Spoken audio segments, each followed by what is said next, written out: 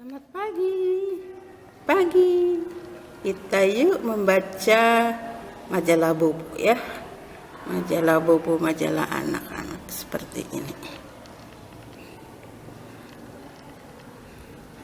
Langsung menuju ke sini.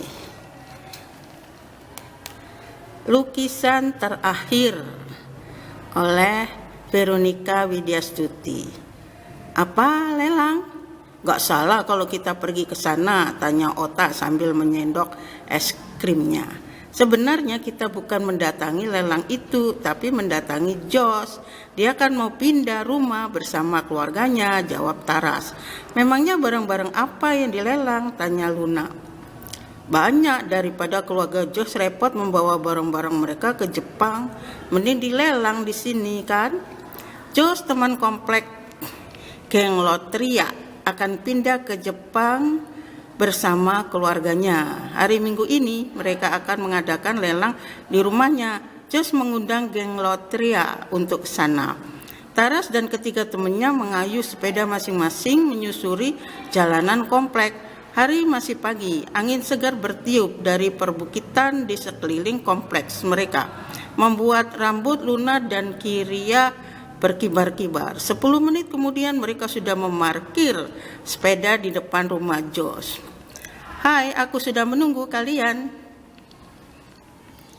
Ayo masuk, Mama membuatkan kue-kue untuk kalian, sambut Jos. Mendengar kata kue-kue, tampang Ota langsung berseri-seri. Sementara itu, Taras sudah berkeliling melihat barang-barang yang akan dilelang oleh keluarga Jos. Ada satu set kursi sofa yang empuk, tempat tidur besar yang terlihat sangat nyaman, lemari es 4 pintu, dan aneka barang-barang rumah tangga lainnya.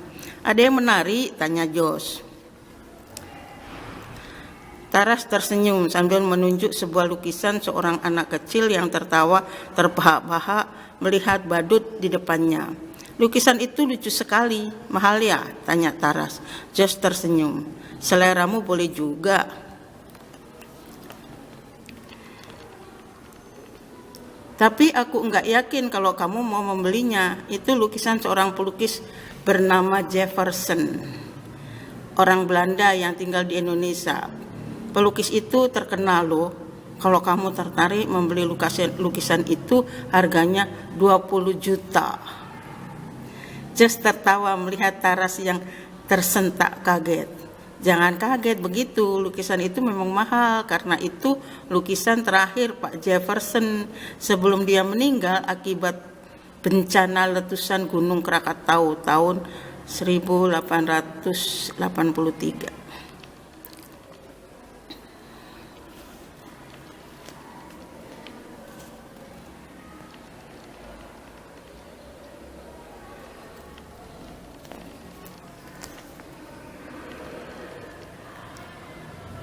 Tiba-tiba terdengar seruan Kiria. Oh iya, aku ingat sekarang. Aku pernah melihat lukisan seperti itu di rumah Oma. Kok bisa sama? Mungkin itu tiruannya. Kalau lukisan yang ini asli, Papa mendapatkannya dari saudara Pak Jefferson sendiri. Kalau bagus dan mahal, kenapa dijual? Tanya Luna heran. Untuk ukuran lukisan harga segitu sih biasa. Koleksi Papa banyak sekali, sudah tidak ada tempat untuk memajangnya. Sebagian besar pengunjung lelang di rumah keluarga Jos adalah tetangga di kiri kanan rumah mereka.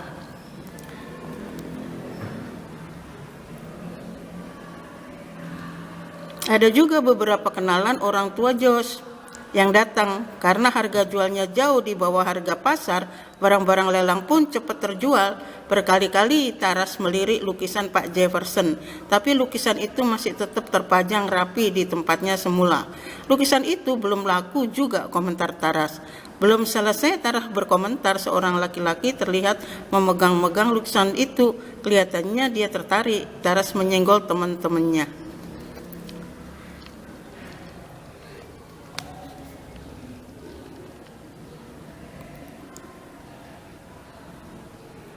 Pak Devon, bisik Jos. Tiba-tiba Pak Devon terlihat sedikit bersih tegang dengan Papa Jos. Ini palsu, saya punya yang asli di rumah. Ya, saya juga mendapatkannya dari keluarga Jefferson. Saya membelinya dari keponakan Jefferson sendiri. Tidak mungkin, bantah Papa Josh. Lukisan yang asli tentu saja cuma satu, yaitu lukisan ini. Lihat saja ada tanda tangan Jefferson di sini. Pak Devon tertawa. Ya, di lukisan saya juga ada tanda tangan Jefferson. Ada satu hal yang membuat saya lebih yakin kalau lukisan saya yang asli. Tunggu sebentar, saya akan mengambilnya di rumah. Pak Devon terlihat bergegas pergi. Rupanya rumahnya hanya berselang beberapa rumah dari rumah Josh. Kira-kira 10 menit kemudian Pak Devon sudah datang kembali dengan sebuah lukisan berbingkai kayu di tangannya.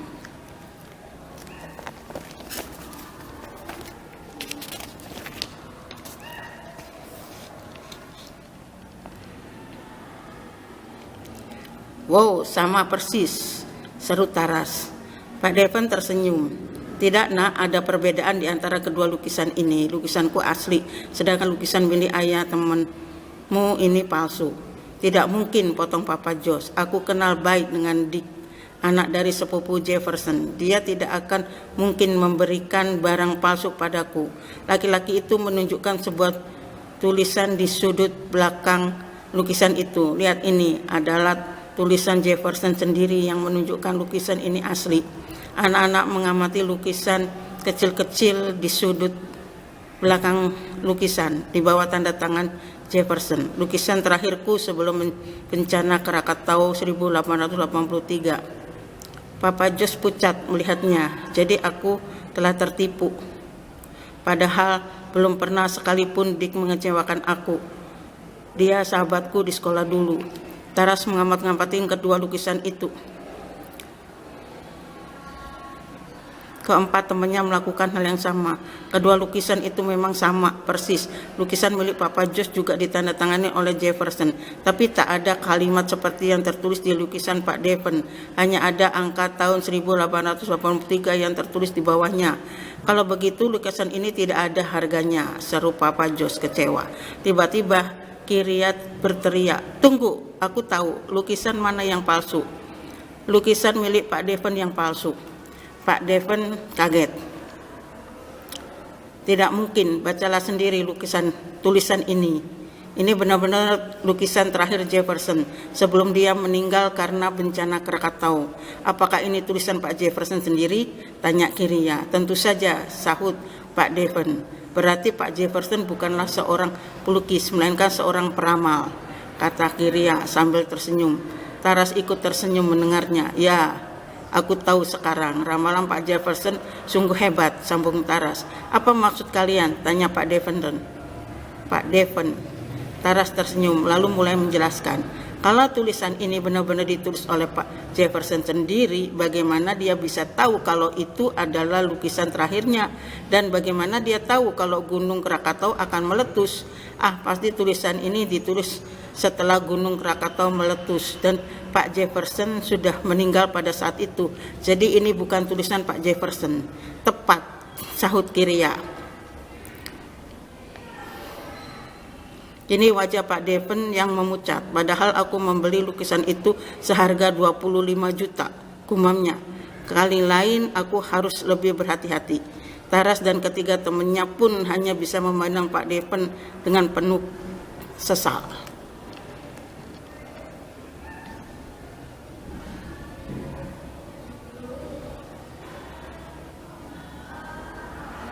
Sampai jumpa. Dah.